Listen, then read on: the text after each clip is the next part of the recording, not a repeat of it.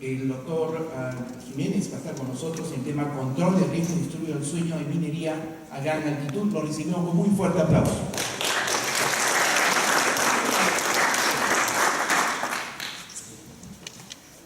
Un gusto saludar a la concurrencia hoy día. Muchas gracias por la invitación. Esto parece que resultó después del contacto que tuvimos con Fernando Borja en el Congreso Mundial de Medicina Montaña, que ocurrió en Arequipa. Entonces ahí hablamos sobre temas de sueño y creo que durante este tiempo hemos podido revisar el tema y quiero compartir con ustedes lo que hemos estado aprendiendo sobre esta temática. El tema del sueño, riesgos en la actividad laboral, no es un tema específico de la altura. Hay tantos problemas de sueño a nivel de mar que son increíbles. Y lo que se sabe a nivel de mar, lo único que está ocurriendo que se agravan o se acentúan un tanto más en la altura. Pero es un fenómeno que compromete a todas las personas el riesgo de tener disturbios del sueño. ¿Por qué me he dedicado yo a la medicina de montaña? Porque yo era un pediatra que atendía niños y me gustaba la salud pública y fui a un hospital minero como pediatra y descubrí que habían problemas en la salud de los trabajadores y me interesó más la salud de los trabajadores que la pediatría y me cambié de especialidad. Y entonces apareció un proyecto minero en Coyahuasi el año 1993 y dijo: te necesitamos para que tú nos asegures que en la inversión de una mina para un proyecto de 25 años sobre 4.000 metros nadie se muere y que el proyecto resulte. Y los dueños eran de Canadá, de Inglaterra, también había sudafricanos, y los bancos que daban el dinero eran de Alemania y de Japón. Y todos ellos venían a preguntarle al médico: ¿y qué vas a hacer para que esto resulte? Y para que no haya un fracaso en este proyecto minero. Y el año 93 entonces me hice cargo de este proyecto y aquí hay un testimonio de lo que yo vi a 4.500 metros de altura. Esta es la portada de la revista de la compañía minera. A 4.550 metros estaban jugando fútbol un grupo de trabajadores nativos de nivel de marzo. Mientras yo estaba vacunado, y yo estaba muy mal porque no tenía aclimatación, pero ellos me estaban mostrando que era posible. Entonces teníamos dos realidades: yo muy mal y ellos muy bien, porque ellos disfrutaban jugando fútbol a 4.550 metros. Y ahí estaba el desafío: bueno, ¿quién le va a ir bien y a quién le va a ir mal? Y eso era lo que ahora tenemos que colocarlo dentro de las compañías mineras. A algunos les va muy bien, como ellos, para ellos la altura no existe, y para otros les va mal en la altura. Y esa es la tarea del médico, poder hacer esta claridad en beneficio de los proyectos que están siendo desarrollados.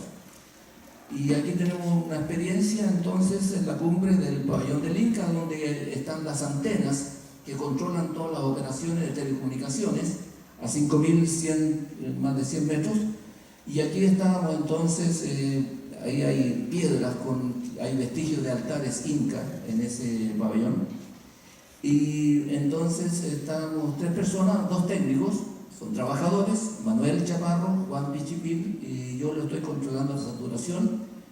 Y ahí están los valores. ¿Ves que somos distintos? Manuel estaba con 77 de saturación, Juan Pichipil 85 y yo estaba con 81. ¿Y quién está bien y quién está mal? ¿Quién define lo que es bueno y lo que es malo a esa altura? Esa es tarea lo que tenemos que construir entre todos, entre los médicos de salud ocupacional. Y entonces estamos viendo aquí, parece que hay tres etnias aquí también, ¿eh? Probablemente este es más de origen hispano, este es mapuche típico y yo soy mestizo. Entonces la herencia también influye, y a él le estaba yendo mejor a Juan que a mí y que a Manuel. Entonces esa es otra tarea también de la salud ocupacional cuando uno va a la altura. Y la protección de nativos de la costa a gran altura requiere integración de la salud ocupacional con la medicina montaña. Ese es el gran desafío y ahí tenemos que todos aportar con nuestra experiencia, que va a ir creciendo a medida que va avanzando la medicina. La salud ocupacional tiene objetivos bien claros. Esto es de acuerdo a la comisión que está la OIT, la Organización Internacional del Trabajo, y la Organización Mundial de la Salud. Tiene 3 focos: cuidar a los trabajadores, pero no basta con eso, hay que hacerse cargo del puesto de trabajo, de todos los factores ambientales, de los cuales ya estaba hablando el doctor Berrier, los factores de polvo, de tóxicos y de sustancias. Pero no basta con eso, además hay que hacerse cargo de la organización, cómo está el sistema de turno, cómo están las condiciones de habitabilidad, los campamentos, los servicios médicos. Entonces, la salud ocupacional tiene que abordar los 3 elementos y esto también tenemos que aplicarlo al sueño. Y para ver un poco el tema de control de riesgo de disturbio del sueño, este sería el bosquejo que estoy siguiendo para poderlo escribir. En primer lugar, ¿cuáles son los riesgos asociados al sueño basados en evidencias? ¿Cuáles son las metodologías para identificar los portadores de trastornos del sueño? Estas metodologías son útiles también a nivel de mar. ¿Cuáles son la prevalencia del trastorno del sueño en altura, de no nativos, especialmente estamos hablando de exposición intermitente? ¿Y cuáles son las medidas de control que podríamos implementar para beneficiar a aquellos que tienen problemas del sueño? Recordar inicialmente que el sueño tiene muchas funciones.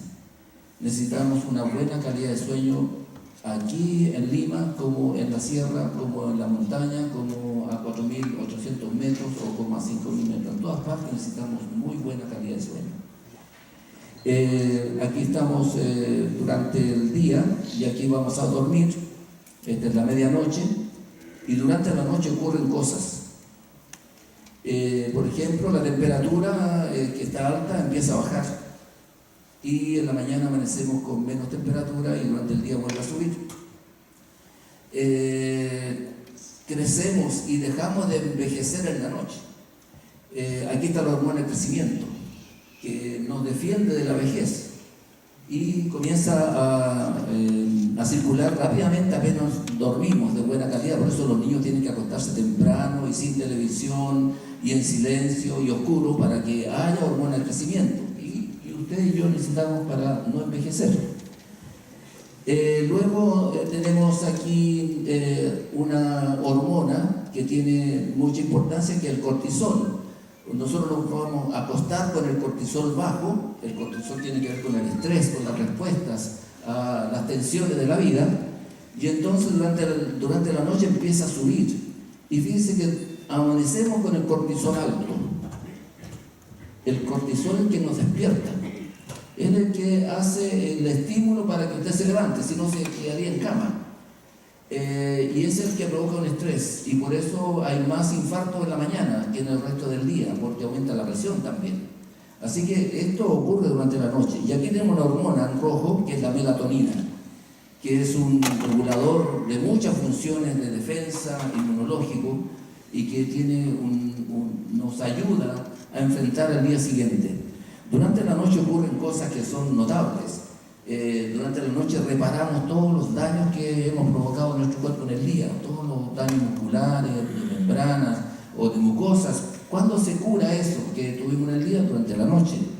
Durante la noche tenemos la activación hormonal, el crecimiento, la regulación metabólica, la activación inmunitaria. Los aprendizajes del día pasan a la memoria, al disco duro durante el sueño. Por lo tanto, si usted estudia toda la noche y va a dar el examen, tiene menor rendimiento que si usted estudia toda la noche y duerme 1 o 2 horas, y ahí se le graba lo que estudió y ahora va a dar el examen, le va a ir mucho mejor. La planificación del día se ocurre también antes de despertar, lo que tiene que hacer. El sueño es una función eléctrica en el cuerpo humano, en el cerebro, y se estudia a través de polisonografía con sensores que se ponen en el cerebro.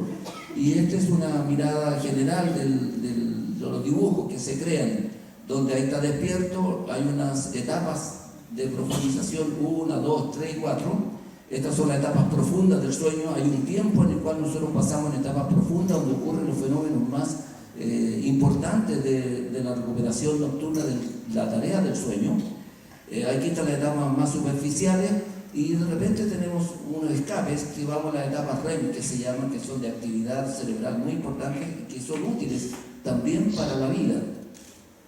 Y ahí están los valores. Etapa REM uno tiene que pasar entre 20 y 25%, la etapa profunda hay que estar entre el 8 y 23%, y este es un elemento que es propio de la altura, que se llama respiraciones periódicas, respiración de Cheyne-Stokes, que mencionó el doctor David, que lo vamos a ver a continuación. A nivel de mar no existen, pero hay en la altura.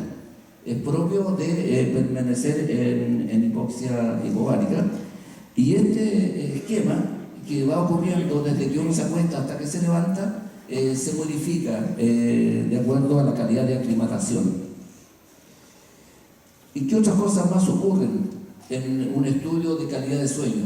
Aquí están las respiraciones periódicas, que son propias de la altura. Las etapas profundas en el sueño en altura comienzan a reducirse y aparecen apneas centrales, es decir, pequeñas detenciones de la respiración, que en ese momento crea un impacto porque la saturación disminuye. Eso es propio asociado a las respiraciones periódicas, estas hipopneas, apneas centrales. También el insomnio que ocurre a nivel de mar se puede agravar a la altura, le cuesta más quedarse dormido, y el trabajador minero que está en posición intermitente tiende a ir a acostarse más tarde. Y si yo soy un portador de apnea obstructiva de nivel de mar y le voy con eso a la altura, estas apneas obstructivas, que son de los roncadores, de los que hacen trastornos del sueño a nivel de mar, estas se agravan cuando están en la altura. Veamos estos fenómenos. Las respiraciones periódicas. Yo voy a la altura, me disminuye el oxígeno y también el pH, y esto produce una hiperventilación. Cuando yo hiperventilo, respiro muy intenso y más rápido, me aumenta el oxígeno para tomar oxígeno, pero simultáneamente yo pierdo CO2, anhídrido carbónico. Y esta disminución esta disminución del anhídrido carbónico hace una frenación, frena las respiraciones, y entonces aumenta el CO2, disminuye el oxígeno porque quedó frenada la respiración, y esto vuelve a estimular al centro respiratorio y hace hiperventilación. Y en este circuito permanece el cerebro periódicamente en la altura. Entonces, el fenómeno ya se da de esta manera. Aquí está respirando rápidamente y aquí hay una detención, una apnea, una pequeña apnea. Vuelve a respirar muy rápido y una apnea. Estas son respiraciones periódicas que son propias de la altura, y ahí están las saturaciones. Un poquito después, la apnea, después de la hiperventilación, aumenta la saturación, y cuando hace la apnea disminuye la saturación. Entonces estos niveles de saturación después aparecen en los exámenes. ¿Qué pasa si yo le doy oxígeno? Aquí están las apneas y respiraciones periódicas, y aquí están las variaciones de la saturación. Yo le doy oxígeno y esto empieza a desaparecer, y la saturación se va para arriba y las respiraciones periódicas disminuyen. Y el tema de las respiraciones periódicas van aumentando con la altura. Aquí estamos 2.000 metros, 4.000 metros, 6.000 metros. Esta es la frecuencia de respiraciones periódicas o Cheyne-Stokes a medida que vamos subiendo la altura. O sea, este es un fenómeno propio de la altura.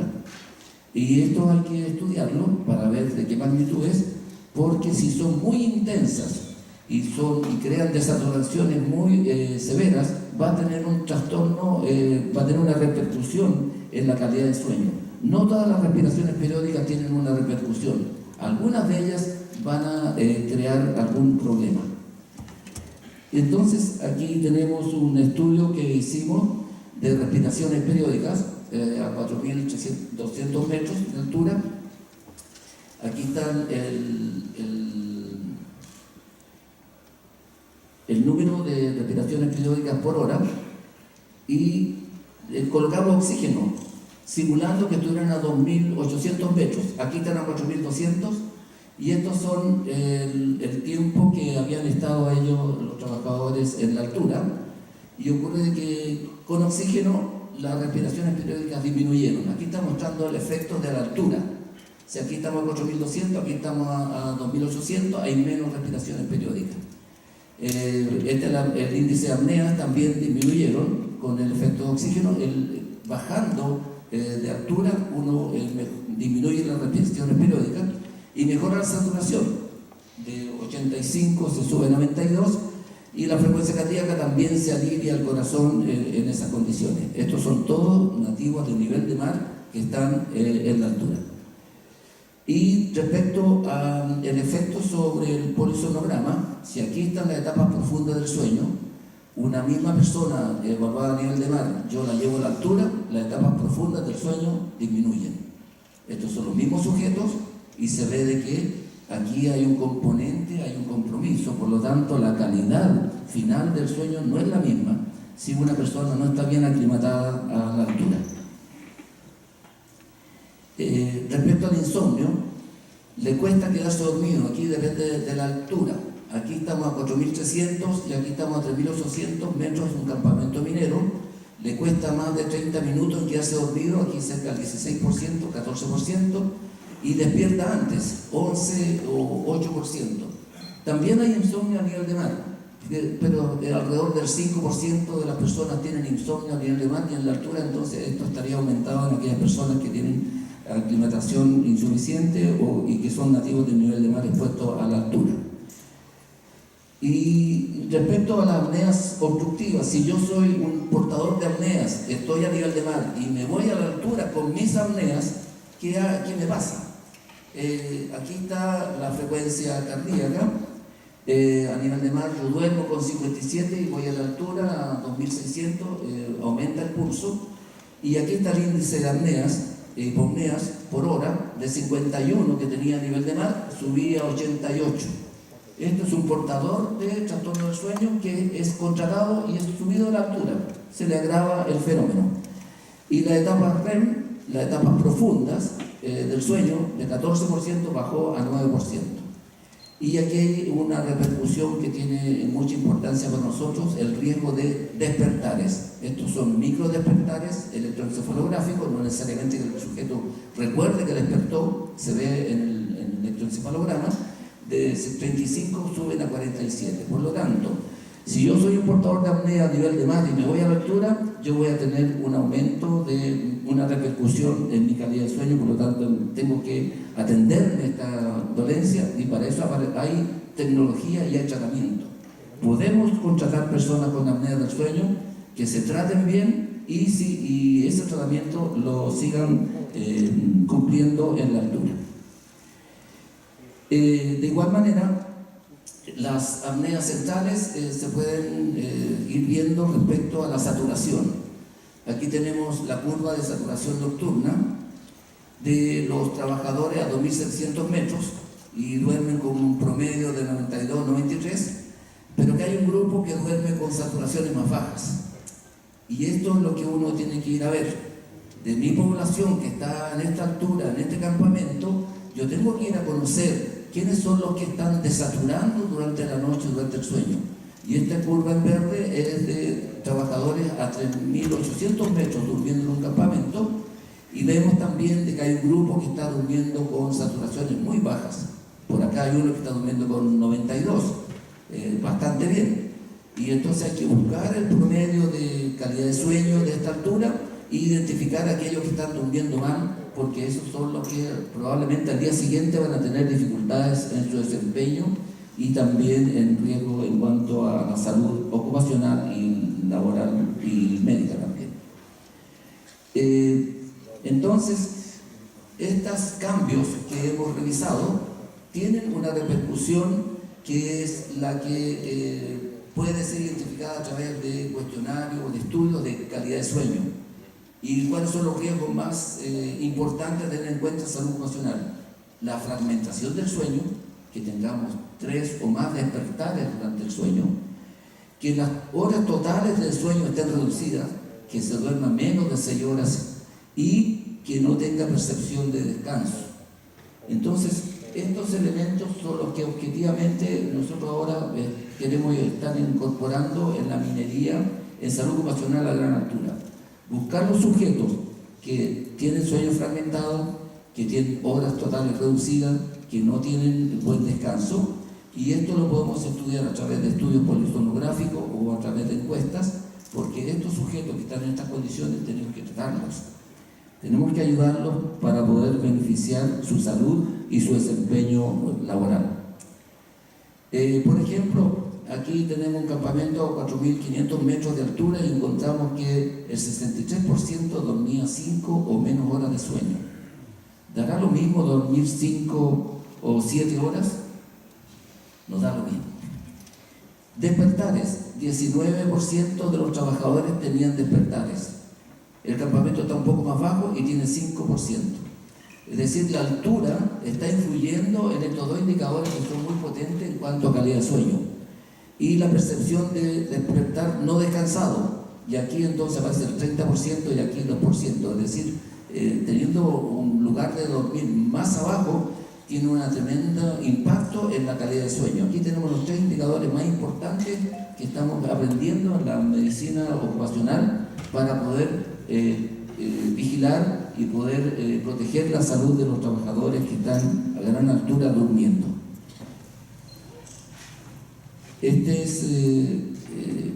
Lo hicimos a 4.700 metros, comparando el campamento a 4.700, el octavo día versus el primer día.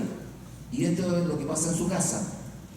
El insomnio, y aquí está dormir 5 horas o menos. El insomnio, se ve que hay insomnio en su casa y que el primer día en el campamento aumenta en forma notable. O sea, si yo tengo que preocuparme hoy día en calidad de sueño, tengo que preocuparme en la primera noche, porque es crucial. Porque tú viniste del sistema de turno de ese 14x7, 7x7 o 10x10, esos 10 o 7 días que tuviste desaclimatándote, eso va a tener un impacto en la primera noche. Entonces, mientras que la octava noche esto disminuyó notablemente, es el mismo sujeto y tiene una mejoría. Y aquí las horas de sueño, de 5 horas de sueño, el 17% tenía 5 o menos horas, y eso baja a 4% al octavo día. Respecto a los despertares, algo crítico, de 29% primera noche y respecto a la octava noche. Mala calidad de sueño percibida, 21%, eso es lo que se tiene en la primera noche. Por lo tanto, aquí aparece otro elemento más, la altura del campamento y la primera noche respecto a las demás noches. ¿Y cuáles son las repercusiones que tienen estos 3 elementos de la calidad de sueño? Esta es la repercusión ocupacional que interesa a prevención de riesgo, a la seguridad minera. Si yo no cuido en la calidad de sueño, tengo aumento de incidentes y accidentes asociados a fatiga y somnolencia. Tengo repercusiones en la productividad y tengo riesgo de enfermedades. Y como no quiero tener todo esto, entonces yo me voy a preocupar de la calidad de sueño y me voy a preocupar de estudiar si mis trabajadores tienen este tipo de problemas para darle una solución médica adecuada y oportuna. ¿Qué es lo que pasa, por ejemplo, si un portador de apneas, que subió de nivel de mar con sus apneas y subió a la altura? Y aquí está el tiempo de reacción a un simulador de conducción de vehículos. Este era el tiempo de reacción, cómo reaccionaba al estímulo. Aquí el tiempo de reacción era en este nivel. Cuando fue a la altura, se fue por allá arriba, de 3 subió a 10. Esto significa que se agrava, se enlentecen las respuestas. Por lo tanto, a esta persona, cuando tenga que frenar en un volquete, en una grúa, en un bus a gran altura, va a frenar después que acá. Entonces, si yo tengo un conductor de bus que tiene apneas del sueño, no lo puedo dejar conduciendo, tengo que tratarlo, porque el riesgo que vaya a tener una colisión, un choque, es más alto porque no lo he tratado. Y aquí está la calidad de la conducción. esta persona aquí seguía, va en la ruta a 490 metros de altura y yo lo llevo a la altura y de esta manera maneja ahora. Se sale de la ruta, se deteriora su calidad de conducción. Aquí están los valores de 3,8 a 6,7. Entonces, portadores de apnea del sueño, que de nivel de mar, que yo lo subo a la altura, tengo que tratarlos. No puedo dejarlo que vaya conduciendo porque su desempeño laboral va a ser de riesgo para el resultado operacional en el cual yo estoy comprometido. Esto para ver que los que son portadores de apnea del sueño, hecho esto a nivel de mar, muestra de que 11 estudios publicados mostraron mayor riesgo de accidentes vehiculares, entre 1,1 y 10 veces más accidentes. En promedio 2,2 veces más accidentes que aquellos que no son portadores de apnea del sueño. Y el riesgo anual para conductores, que es sin trastorno del sueño, de 8 por año, los que son portadores de apnea del sueño, es 19 por año. Y esto que es a nivel de mar, ¿qué va a pasar en la altura? Va a aumentar. Por lo tanto, hoy día, en nuestros exámenes preocupacionales, esto ocurre en Chile por lo menos, no tenemos una manera de identificar a los portadores del trastorno del sueño que estamos contratando. Los contratamos y no nos preocupamos de su calidad de sueño, porque no hemos podido lograr una metodología para pesquisa de ellos cuando lo estamos haciendo los exámenes preocupacionales. De tal manera, como no podemos hacer eso en el preocupacional, ahora vamos a tener que, una vez que llegue a la faena, allá empezar a estudiar su calidad de sueño, para identificar a aquellos sujetos que ya hemos contratado, que vienen con trastorno del sueño, entonces para que sean aliviados y resolvamos este problema de salud. Las horas de sueño. Los errores en el test de vigilancia psicomotora. Este es una persona que duerme 8 horas. Estos son los errores y estos son los días. Los días van pasando y los errores aumentan un poquitito. Ahí están los errores, un valor 2. Y si esta persona ahora acumulan varios días durmiendo 6 horas y los errores aumentaron notablemente. Al mismo día, 1, 2, 3, al tercer día ya no eran 2, sino que al tercer día eran prácticamente 5. Y si estos mismos sujetos yo lo hago dormir 4 horas solamente, entonces el error aumentó más. Y si no duerme nada, esta es la curva de los que no duermen nada y varias noches sin dormir, ya no soportan después de la tercera noche sin dormir, ya dejan de trabajar. Pero nosotros tenemos que ver cuántos trabajadores nuestros están durmiendo menos de 6 horas. Porque los que duermen menos de 6 horas, ellos tienen un riesgo de errores muy alto comparado a aquellos que duermen cerca de 8 horas. Y esto en cuanto a la sustitución digital de símbolos, también menos respuesta correcta pasa lo mismo. Aquí están las respuestas correctas, arriba la curva de 8 horas, luego la segunda curva de las 6 horas llegan a 0 y cuando ya tienen 4 horas, las respuestas correctas ya vienen a ser negativas y aquí durmiendo nada. Entonces, estos estudios están demostrando de que la cantidad de horas de sueño en la altura tenemos que estudiarlo, tenemos que saber cuántas horas de sueño tiene el sujeto.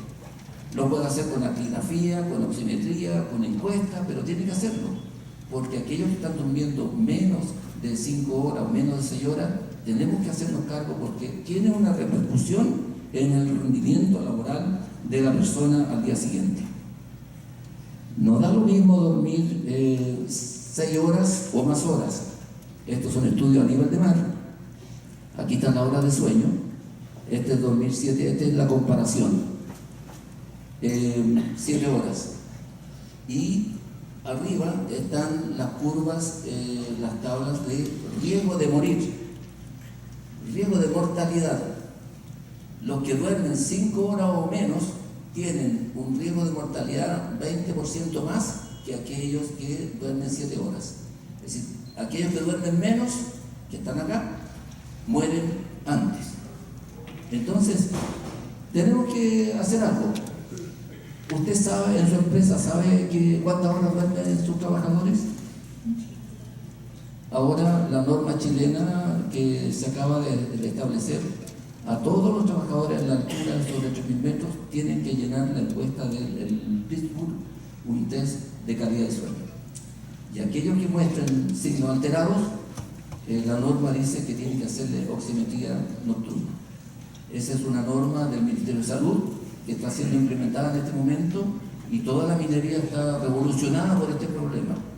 Pero ¿de dónde salió esta norma? Salió del conocimiento médico, para poder proteger a nuestros trabajadores en este signo, un signo que es simple, pero que tiene un gran peso en el desempeño de los trabajadores al día siguiente. También tenemos que recordar que hacer turnos de noche tiene un impacto. Existe una enfermedad que está reconocida por la Clasificación Internacional de Enfermedades, que es trastorno del sueño por turnos de trabajo, es decir, por hacer trabajo nocturno. ¿Cuántos de los que hacen trabajo nocturno al día siguiente tienen trastorno del sueño? Tienen trastorno del sueño durante el día. Y esto fue hecho en una plataforma petrolera, o sea, fue hecho a nivel de mar, en trabajadores noruegos, y se ve de que el porcentaje, la prevalencia del trastorno es 23%. 23% de los sujetos que hacían turno de noche al día siguiente tenían un trastorno del sueño durante el día. Buenos dormitorios, bien cuidados, bien protegidos. Los portadores del sueño alterado por turno de noche muestran insuficientes horas de sueño y menor productividad. Si eso ocurre a nivel de mar, en la altura va a haber también un aumento que vamos a tener que estudiarlo. O sea, se suman las dos cosas: la altura como problema y haber cambiado el ciclo circadiano. Entonces, es otro desafío que se nos presenta acerca de estudiar calidad de sueño de aquellos que hacen turno de noche y duermen de día. ¿Cómo vamos a evaluar a los trabajadores para poder cuidar su calidad de sueño? Nuestra tarea en salud ocupacional es promover y conservar la salud de los trabajadores y su capacidad de trabajo. ¿Cómo vamos a pesquisar los portadores de disturbios del sueño? Lo primero es hacer encuestas. Busquemos una encuesta que sea validada, que sea de reconocido utilidad en la medicina, en la neurofisiología, y la más difundida es la Pittsburgh, y eso vamos a hacer experiencia. Yo creo que de aquí 1 año o 2 años más Chile va a tener una experiencia que contar y compartir con los demás países acerca cuántos de nuestros trabajadores sobre 3.000 metros tienen buena o mala calidad de sueño, siendo nativos del nivel de mar y que están en exposición crónica intermitente aerobárica. Luego que tengo la encuesta de calidad de sueño, yo quiero tener un dato ahora objetivo, medir algo biológico, y yo puedo medir con instrumentos. Y algunos de los instrumentos que más se han usado ha sido la actigrafía y la oximetría. La actigrafía puede estudiar las horas efectivas que la persona estuvo en cama. Es un acelerómetro que se puede colocar en la muñeca o en el tobillo, y sabes tú cuánto estás durmiendo y cuánto estás trabajando, cuánto estás despierto. No mide la calidad de sueño, sino que dice cuánto tiempo estuvo durmiendo. Y la oximetría ya es para ver los niveles de oxígeno en la sangre y cómo se cae el oxígeno durante el sueño y cómo se caen aquellos que tienen apneas, que tienen desaturaciones por apneas centrales. Entonces, más objetivo. Hablando con colegas peruanos que tienen muy buena experiencia en algunas minas aquí, ellos dicen que lo más potente es hacer las dos cosas, oximetría más actigrafía. En Chile, en este momento, además del Pittsburgh, lo que vamos a hacer es oximetría. Todavía nos falta más experiencia en actigrafía. Si sale todo esto alterado, entonces el médico va a decir: usted tiene un trastorno del sueño, que es a lo mejor apneas centrales o apneas obstructivas. Para diferenciar esto necesita un examen ya adicional, que es el gold standard, que es la polisonografía, que es un estudio ya de laboratorio, una noche conectado a muchos aparatos. Aquí hay un electroencefalograma, un electrooculograma, un micrófono, un movimiento torácico, electrocardiograma, electromiograma y un flujómetro nasobucal. Y eso ya mide en profundidad la calidad de sueño. Y ese diagnóstico va a decir, usted es portador de apnea del sueño obstructiva y necesita un aparato para poder dormir. O no tiene apnea obstructiva, son apneas centrales la suya, y entonces va a necesitar oxígeno para dormir en mejores condiciones.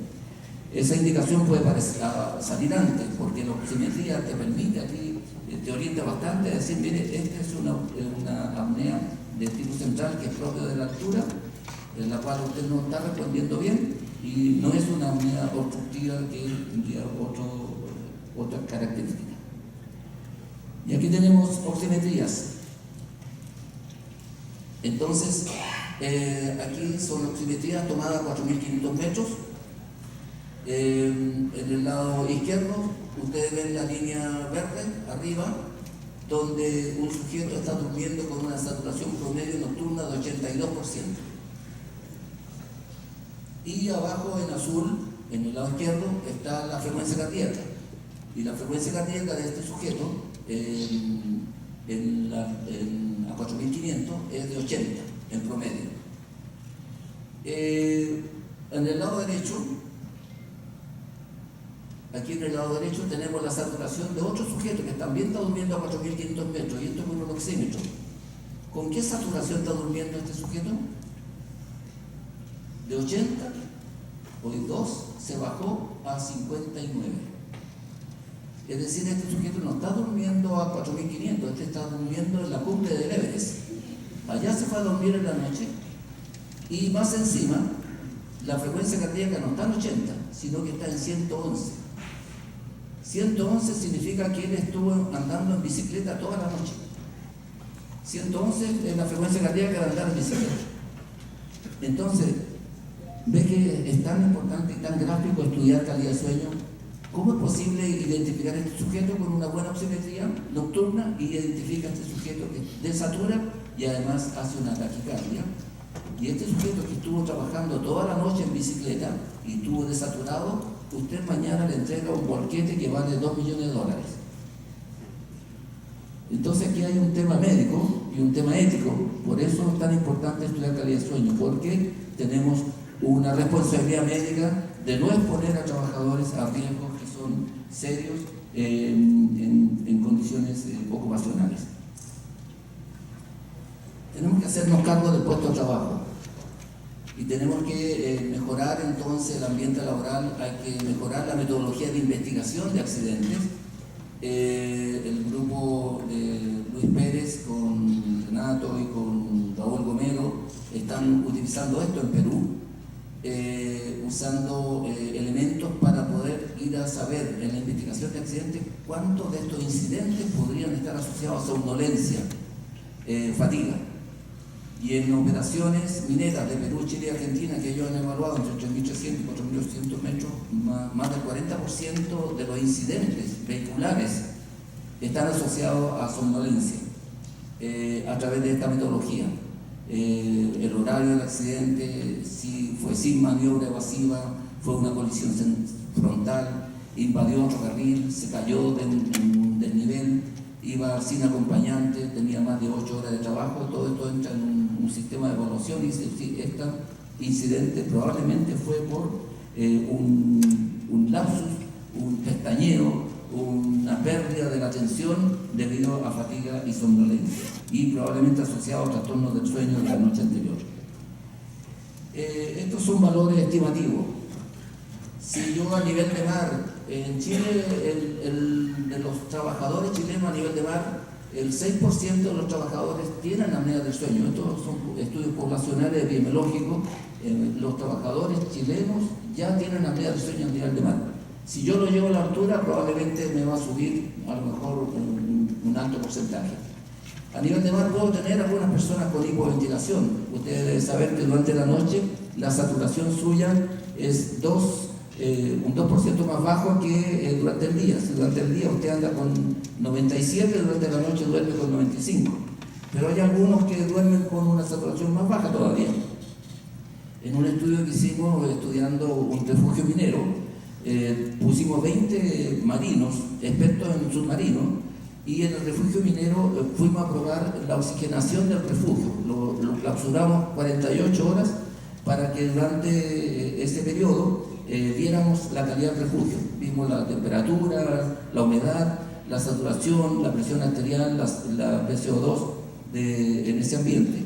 Y ocurre que vimos la saturación de todo ello, pero había uno que de ellos desaturaba intensamente durante su permanencia ahí. Él tenía una hipoventilación y estaba entre los 20, que eran submarinistas, marinos, que tenían experiencia en estar en recintos cerrados. Entonces, a nivel de mar también yo puedo encontrar personas con hipoventilación. Pero esto es lo que más aumenta en la altura. Trastorno del sueño por turno de noche. Si a nivel de mar los noruegos dicen que hay un 20%, en la altura va a ser más del 25%. Si a nivel de mar hay insomnio, en la altura va a haber más insomnio. Y si a nivel de mar hay un 3% de personas que duermen 5 horas o menos, en la altura eso se va a agravar. Entonces, aquí hay un desafío de poder ir a cuantificar cuál es tu realidad a 3.000 metros, 4.500, a 5.000 metros, cómo está pasando, cómo está el fenómeno en tu población, y estos son a través de metodologías que están a nuestro alcance. No es muy complejo, pero el beneficio que le vamos a traer a nuestros trabajadores va a ser inmenso. Los riesgos asociados entonces era la minería en la altura contrata a portadores de apneas y trastornos del sueño, porque el examen preocupacional no lo identifica previamente.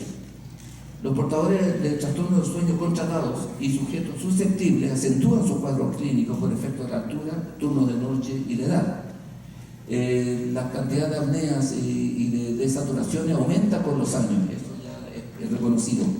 En altura, los portadores de trastornos del sueño tienen mayor riesgo de incidentes operacionales, reducción de su productividad y dolencias crónicas. Y entre los trabajadores de noche hay más del 20% que presentan trastorno del sueño con sueño insuficiente y menor productividad. Los propósitos de la salud ocupacional desde el punto de vista organizacional es preocuparnos de los sistemas de turno, de los breaks, de las siestas, de los sistemas de vigilancia de la alerta, de los campamentos, de uso de medidas de mitigación, promoción de estilos de vida, sistemas de atención de salud, los sistemas de gestión de control de fatiga y somnolencia.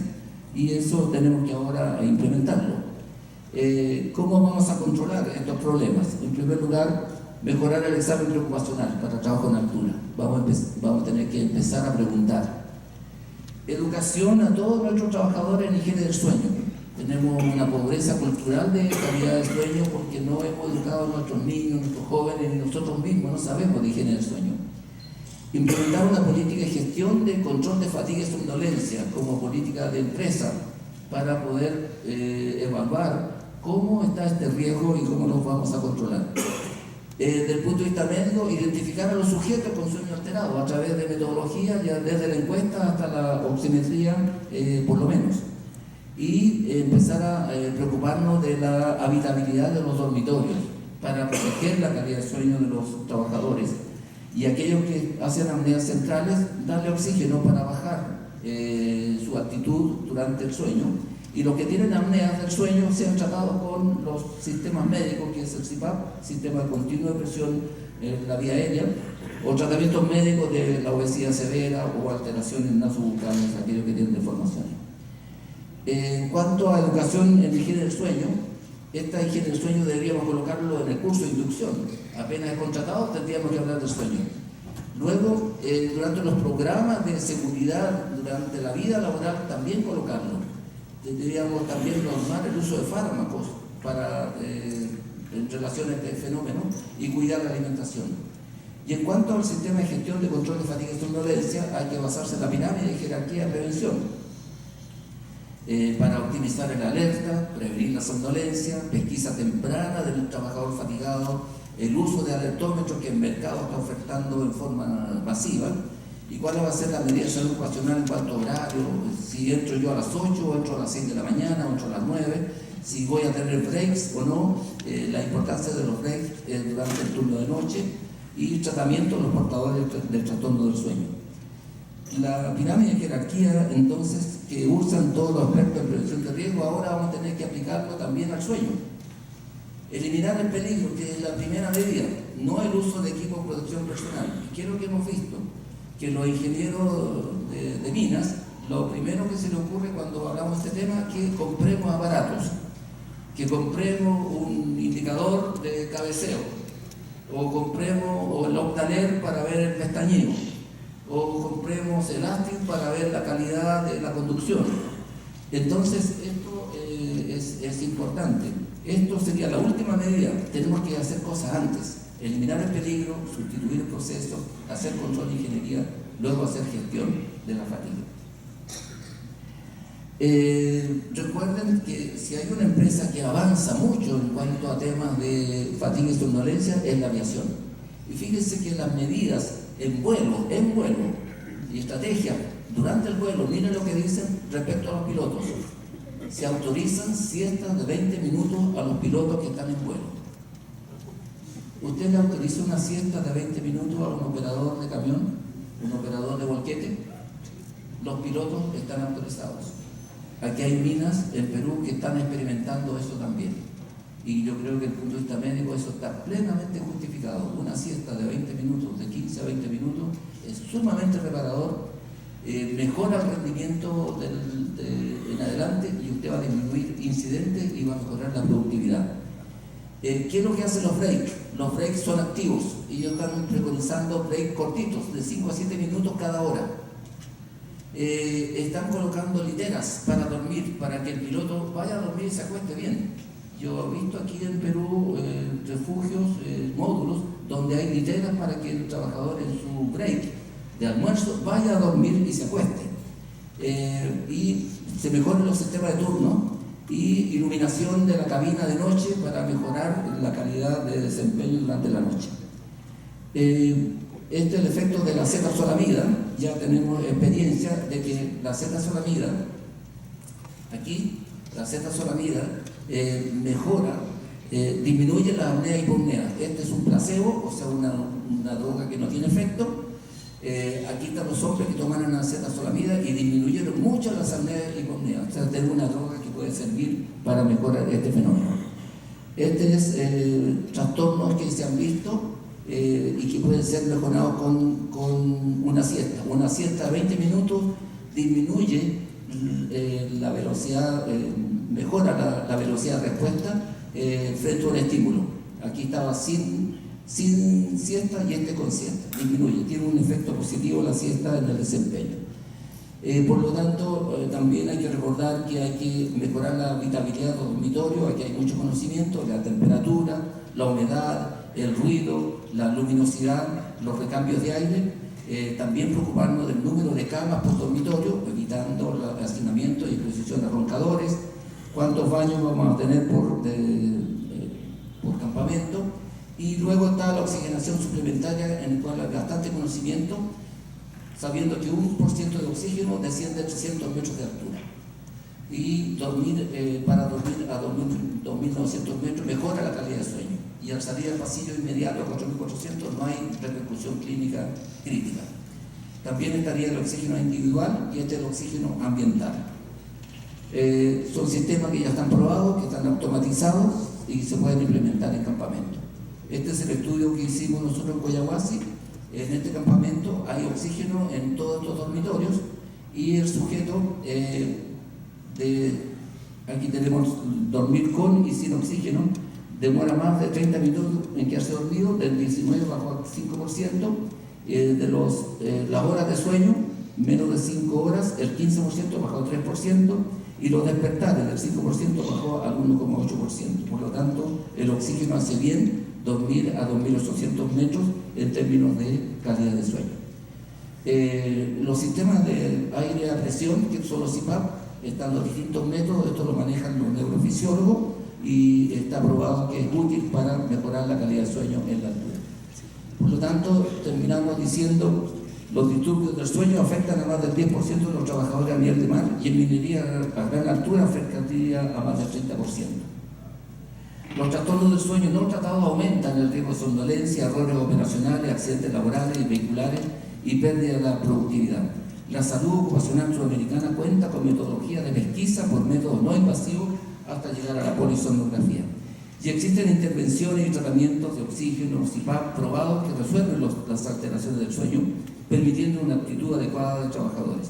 Y la salud ocupacional, al proteger la calidad del sueño, aporta el control y prevención de riesgos de incidentes y accidentes laborales, aportando a la sostenibilidad de los proyectos mineros a gran altura. Muchas gracias.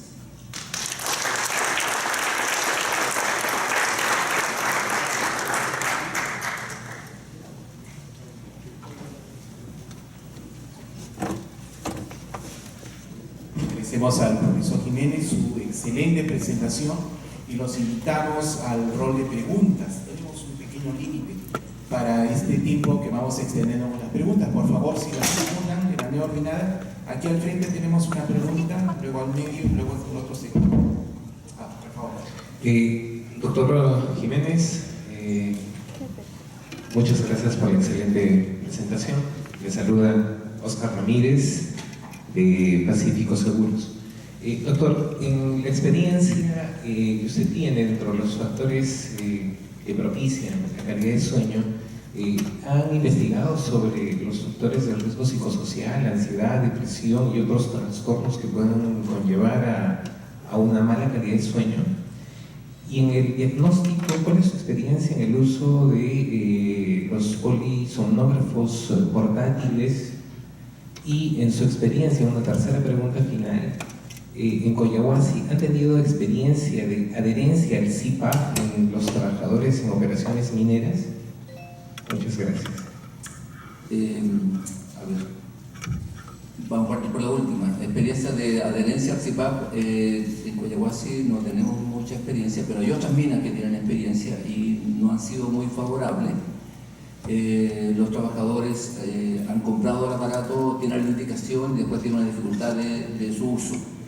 Y eso ha derivado en la necesidad de hacer programas especiales de adherencia al uso del CPAP. O sea, no basta con comprar un CPAP a un trabajador, sino que hay que acompañarlo en su uso, en su tolerancia, en su ver cuál es la máscara más adecuada, cuál es la aplicación a la cara, hasta que logre soportarlo y tolerarlo bien. Así que ahí hay un desafío nuevo. No basta con la indicación, hay que acompañar al trabajador para que logre. Los factores psicosociales y calidad de sueño existen, es verdad, pero no lo hemos incluido dentro de nuestros exámenes. El Fieldbook tiene algunas preguntas de ese punto de vista. Por lo tanto, algunos componentes de psicosociales están en la encuesta de Fieldbook, así que algo vamos a tener al respecto. Y la segunda pregunta era sobre... El polisomnógrafo portátil. ¿Perdón? El estudio de... Polisomnógrafo portátil.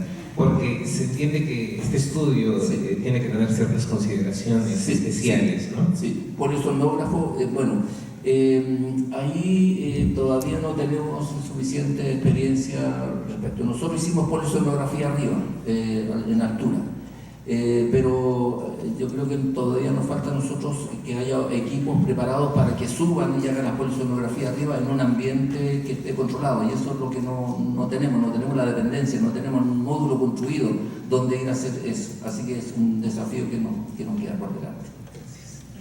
Siguiente pregunta aquí adelante. Buenos días, doctor. Les saluda Licelia Mayorga, supervisor de Minera Las Bambas.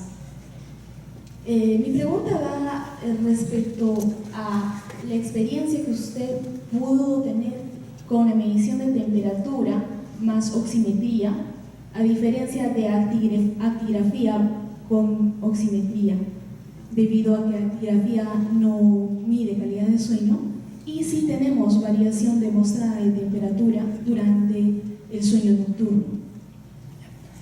Estudios de dormir, de temperatura y calidad de sueño, eso hay poca información, y en altura no hemos hecho los estudios sistemáticos en términos de que si alguien durmió con temperatura sobre 18 grados o bajo 18 grados, que sería dormir frío, o dormir más de 25 grados, eso es temperatura durante el sueño. Eso no ha sido estudiado. Y acerca del uso de la actigrafía y la oximetría, las dos experiencias existen.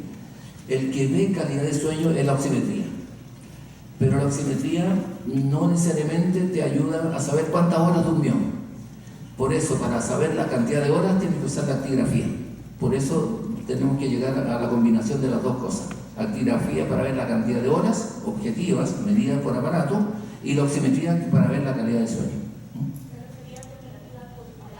No, estudio de temperatura corporal no hemos estudiado eso.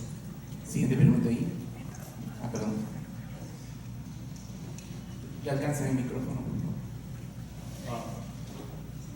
Doctor Jiménez, mostró que una de las maneras de abordar este problema es a través de habitaciones con hiperoxigenación y incluyó la otra parte, ¿no?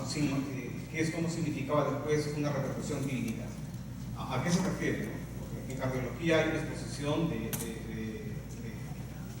del miocardio, por ejemplo, ¿no?, a situaciones de hipoxia, y que luego de la reoxigenación va a haber una lesión por repercusión. Entonces mi pregunta es puntual. Cuando usted dice de que no hay mayor significado clínico luego de esta oxigenación que tienen los trabajadores, ¿cuál es su pauta que se requiere? Lo que nosotros hemos tratado de cuidar ese tema de la reoxigenación con un límite. Nadie baja a nivel de marcha, nadie, durante la oxigenación. Es bajar a 2.800 metros. Eso justamente para evitar la hiperoxigenación. O sea, nadie baja a nivel de mar durante el sueño. Todo el mundo llega a 2.800 metros mínimo. Y ese es un límite que tenemos puesto para cuidar estos fenómenos, porque nos interesa lograr calidad de sueño. Lo minimiza en todo caso, ¿no? Claro, lo minimizamos. Felicitaciones por la presentación. Cristóbal Portancho, gerente de Alcenco. Quería preguntarle con respecto, ¿hay alguna limitación para alguien que nació a nivel del mar, que vivió parte de su vida a nivel del mar, sube a la altura, 4.000 o más, arriba de 4.000, un tiempo determinado que debe trabajar en altura y digamos, retornar a nivel del mar porque su salud se podría, digamos, cambiar o tener problemas de salud? ¿Hay alguna cantidad de años, alguna restricción para alguien que nació, vivió a nivel del mar y después se va a la altura? ¿Hay un tiempo? ¿Hay un estudio? Bien, los estudios nuestros que hicimos de seguimiento a trabajadores nativos del nivel de mar, seguidos durante 3 años, nos mostró que en exposición intermitente, 1 por 1, o sea, 7 por 7 o 4 por 4, que serían los sistemas de turno, 7 días de altura, 7 días a nivel de mar, un nativo de nivel de mar, los parámetros biológicos de aclimatación, sea presión arterial, saturación, hemoglobina, eritropoyetina, funcionamiento renal, todos los parámetros se estabilizan a los 18 meses. Este sería el periodo que demoramos nosotros en una aclimatación intermitente, que es distinta a la aclimatación aguda de una persona que va arriba y sin estar arriba se queda arriba, y eso lo logra en 3 a 6 meses. Pero en exposición intermitente hay un periodo de desaclimatación a nivel de mar, y eso tiene una repercusión. Así que es distinto tener un sujeto evaluado los primeros 3 meses que tener una persona evaluada después de los 18 meses. Son distintos. Y esa es la recomendación que nosotros estamos haciendo en términos de cómo analizar o cómo calificar a una persona. Si está sobre 18 meses, esa persona debe estar aclimatada. Si sus parámetros se desviaron de lo adecuado, entonces quiere decir que tiene una mala aclimatación. Tenemos 2 preguntas más.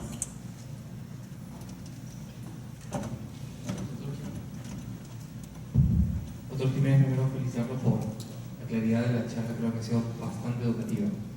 En segundo lugar, respecto al periodo de aclimatación e intermitencia de 18 meses, ¿llega realmente alguien a aclimatarse en el mundo laboral? Dado que al año la persona, por lo menos en el lo que va a ocurrir, que al año la persona sí o sí tiene que tener goce físico, tiene que salir de la unidad minera a pasar sus vacaciones. En muchos casos, lo mínimo que va a tomar va a ser 15 días. En estos 15 días, estos 18 meses ganados, ¿pierde la aclimatación? Sí, todos los días de nivel de mar pierde algo de aclimatación. Mientras más prolongados los días, más pérdida hay. Ahora, estos 18 meses están incluidos esos 15 días de vacaciones, que es lo que estamos mencionando. O sea, estos sujetos fueron seguidos durante 3 años y están incluidos sus días de vacaciones. Así que lo que demora, incluido las vacaciones.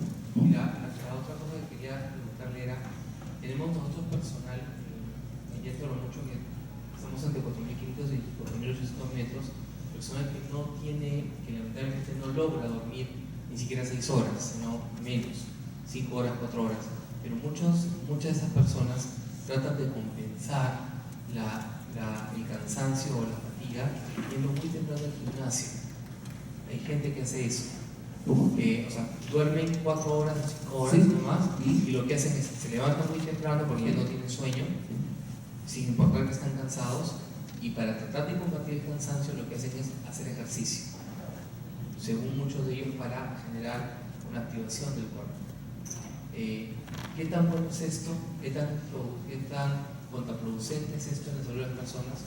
Porque al final lo que consiguen es tener horas de vigilia mucho más extensas que las de una persona normal, y lo que están haciendo es un mayor desgaste del cuerpo. Yo estoy de acuerdo que tiene ese riesgo de aumentar el consumo, digamos, de sus reservas funcionales, con un beneficio sí que tiene que ver con la actividad física, que es útil. Sin embargo, en medicina ocupacional y neurofisiología del sueño está sumamente fundamentado que la mejor manera de compensar esas menos 4 horas de sueño al día siguiente son siestas. Siestas de 20 minutos es la indicación más potente que hoy día existe, y ojalá que sea 2 en este tipo de trabajadores. Y tenemos que recordar que el primer día del turno, después de 7 días de descanso, es el momento más crítico, donde le recomendaría siesta a todos aquellos que suben el primer día, deberían tener una siesta de 20 minutos.